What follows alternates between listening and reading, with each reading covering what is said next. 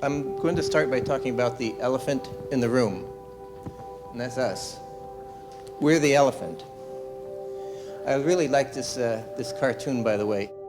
This cartoon came out around 1970, right at the beginning of the environmental movement, and it very aptly captured what the problem was. We have seen the enemy, and he is us. Humans are the most destructive species in the history of the planet.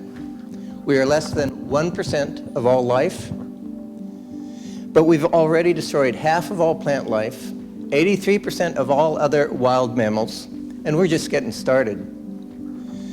Much of this destruction comes from our voracious appetite for natural resources, an appetite that unfortunately is getting bigger every year.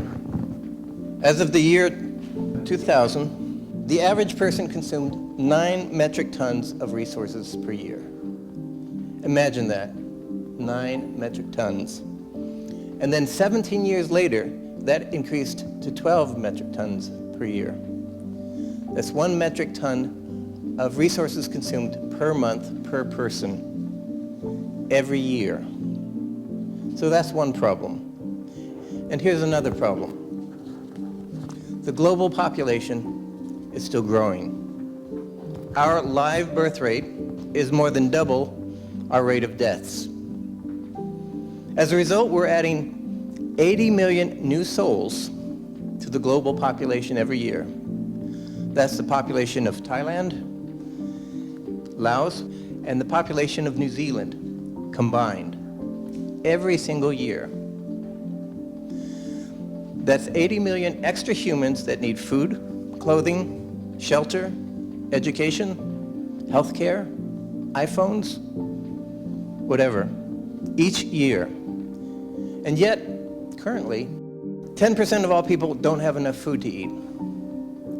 13% don't have electricity. And half don't have access to essential healthcare. Is population growth something we should be worried about? That's question one. Many economists will tell you we need a constantly growing population if we are to maintain economic growth. And we will be talking about economic growth today. But common sense tells us otherwise. Our planet is a finite system. How can we support a population of humans that is growing indefinitely, especially when we consume resources, like a swarm of locusts? Anyone who studied biology knows the grim outcome of species population when it exceeds the carrying capacity of its ecosystem. It's not a pretty sight. How can we get the existing population of humans to consume less and not more? How do we get humans to go from consuming, say, 12 tons of resources per year down to, say, 4? That's question 2. How do we get humans to consume less and not more? As resources become scarce, we can expect conflict to increase. And in fact, it already has. 40% of all intrastate armed conflict is linked to natural resources. Access to water, access to fisheries are already becoming national security issues. Population and rates of consumption, these are constant growing stressors in our relationship to the planet. And it makes every single environmental problem worse. So let's talk about economy. This is the one topic political leaders will talk about more than climate change or anything else. Why? What exactly is economic growth? It's the process by which we continually increase the amount of production of goods and services per capita over time. Continually increasing production. That means steadily growing consumption of raw materials and converting them into a growing pile of products for human use. And that's the idea. Ever since the 17th century, countries have learned that economies can be made to grow and expand, and this growth will have the effect of increasing standards of living, increasing government revenues, and creating more jobs. And up to now, it's pretty much always worked. Quality of life has in fact improved for the majority of humans decade after decade in terms of longevity, access to food, health, education, number of iPhones, and pretty much every other indicator we use. The problem, though, is humans are not the only species using this planet. While our quality of life got better, it got worse for pretty much every other species. And it's about to get worse for us, too. Yet even now, people still count economic growth as more important than climate change. Why? It's because humans prioritize what we need and want now. Food on the table, roof over our heads, money in our pockets. These are immediate needs. We value them more highly than any threat that's going to hit us somewhere down the road. This leads us to two schools of thought about how to save the planet.